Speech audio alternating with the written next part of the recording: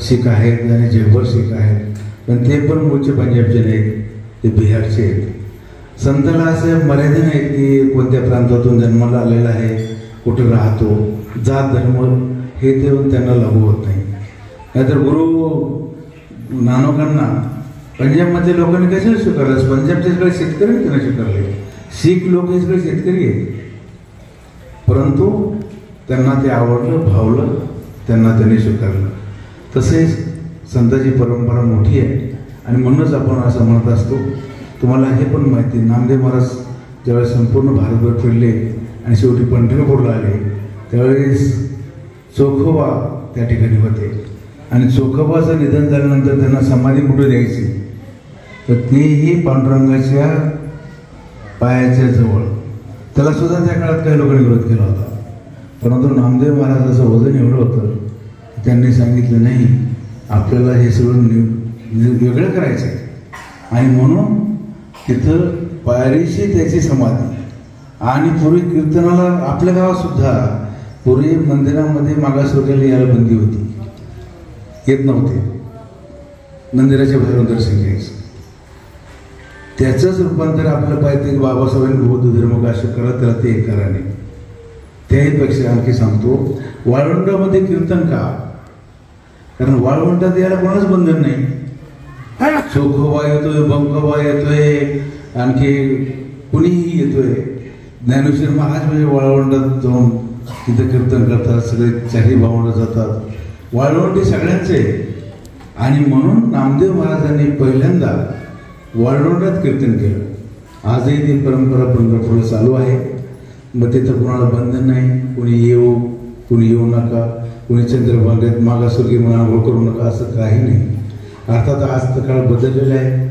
आज तर मंदिरामध्ये कुणी जातं, जायलाच पाहिजे असं काही आता बंधन राहिलेलं नाही. सर्व समाज हा एक होतो आहे. त्यामुळं त्या काळात जे शिकवण ही जी दिलेली आहे संतांनी आपल्या महाराष्ट्रभर आणि प्रत्येक प्रांतामध्ये अनेक साधू संत आहेत. महाराष्ट्राची परंपरा मोठी आहे. आपली ज्ञानेश्वर महाराजांनी लिहिलेली ज्ञानेश्वरी म्हणजेच भागवत हा संपूर्ण भारतभर प्रसिद्ध ग्रंथ आहे. यांनी बरंचसं लिखाण केलं. आणि वाङ्मय जे आपण म्हणतो ना, आपण शाळेत जातो मराठी पुस्तक, वाङ्मय जे आहे ना, हे पण साधू संतांनी सुरू केलेली. त्याच्या अगोदर कविता ज्या आहेत ना, ह्या सुद्धा अभंग रूपाने, लावणीच्या रूपाने, अभंग रूपाने किंवा देवाची स्तुती करण्याच्या रूपाने ह्या साधू संतांनी सुरू केलेल्या आहेत. मग ते मीराबाईची भक्तिगीत असतील, हे सुद्धा देवाच्या भक्तीतूनच आलेले आहे. अशी वारकरी संप्रदायाची फार मोठी परंपरा आहे. आज त्यांना महाराजांची पुण्यतिथी आहे. आपण सर्वजण या ठिकाणी आहात. मी सर्वांचं स्वागत करतो. मी अचानक काही कामासाठी करायला आलो होतो आणि ही मंडळी भेटली आपली. त्यांनी आग्रह केला आणि जरूर संत कोणत्याही धर्मातून येऊ, कोणत्याही जातीतून येऊ, तो सर्वांचा असतो. कारण अभंग लिहिले सर्वांसाठी लिहिले आहेत, ते काय कोणाकडे विशिष्ट लोकांसाठी नसतात. आणि समाजामध्ये साधू संतांनीच पूर्वी जी आपली घडी बसवलेली आहे. शिवाजी महाराजांना जर तुकाराम महाराज भेटले नसते किंवा रामदास महाराज भेटले नसते तर खरोखर त्यांना अशी प्रेरणा मिळाली असते का?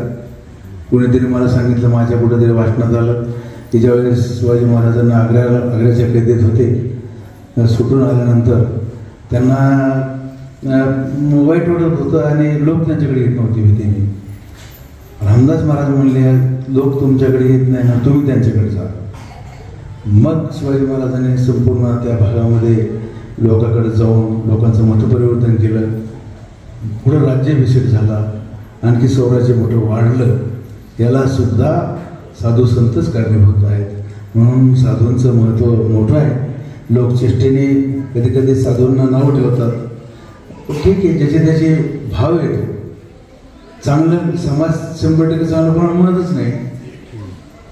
चांगलं जरी असला तर ते म्हणतोय नाटक करतोय, आणि येडागडा असला तरी त्याला ते नाव ठेवतातच. पण त्याच्यात ते म्हणते त्याचे दारू पितो पण चांगले गुण फार आहेत त्याच्यात. खरं बोलतोय, दारू पितोय पण खरं बोलतो. असं असतं समाजामध्ये. सर्व प्रकारचे आचार विचार असणार. पण ही परंपरा जी वारकरी संप्रदायाची चालू आहे ती मोठी आहे. सगळा महाराष्ट्र समाज त्यांनी गठीत झालेला आहे. पंढरपूरच्या पांडुरंगाची यात्रा आता आपल्या भारतातली मोठी यात्रा आहे. असं म्हणतात की ओरिसाचे जे आहेत राधा कृष्ण आणि कृष्ण बलरामची यात्रा ओरिसाला भरते, ती मोठी म्हणतात. पण मला असं वाटतं की त्या यात्रेपेक्षा सुद्धा पंढरपूरची यात्रा मोठी आहे. कारण सगळे पायी जातात ना, पायी. पंढरपूरला 15 दिवस 10 दिवस सोहळा असतो, लोक येतात जातात, त्याची काय मोजमाप नाही आहे. पण खूपच लोक जातात आणि श्रद्धेने जातात, प्रत्येकाच्या घरोघर जातात. पूर्वी तर असं होतं की पंढरपूरच्या पांडुरंगाला जाण्यासाठी लोकांकडे पैसे नसायचे, तर लोक पायी जायचे. ती परंपरा आता वाढलेली आहे आणि आता लोक दिंडीला जीव घालतात, कुठं अडचण नाही, काही नाही, काय नाही. एक सुंदर असं वारकरी संप्रदायाचं सध्याचं वातावरण आहे. त्या वातावरणामध्ये आपण सर्व सहभागी आहोतच. तुम्ही पण आपापल्या पातळीवर कुणी जर आपत आले तर दिंडीला जीव घालतं, कुणी दिंडीत पायी चालतं आणि हा भक्तिभाव आपला फार मोठा आहे. परत एकदा सेना महाराजांच्या स्मरणीच्या दिवशी मी त्यांना वंदन करतो, 2 शब्द करतो. धन्यवाद.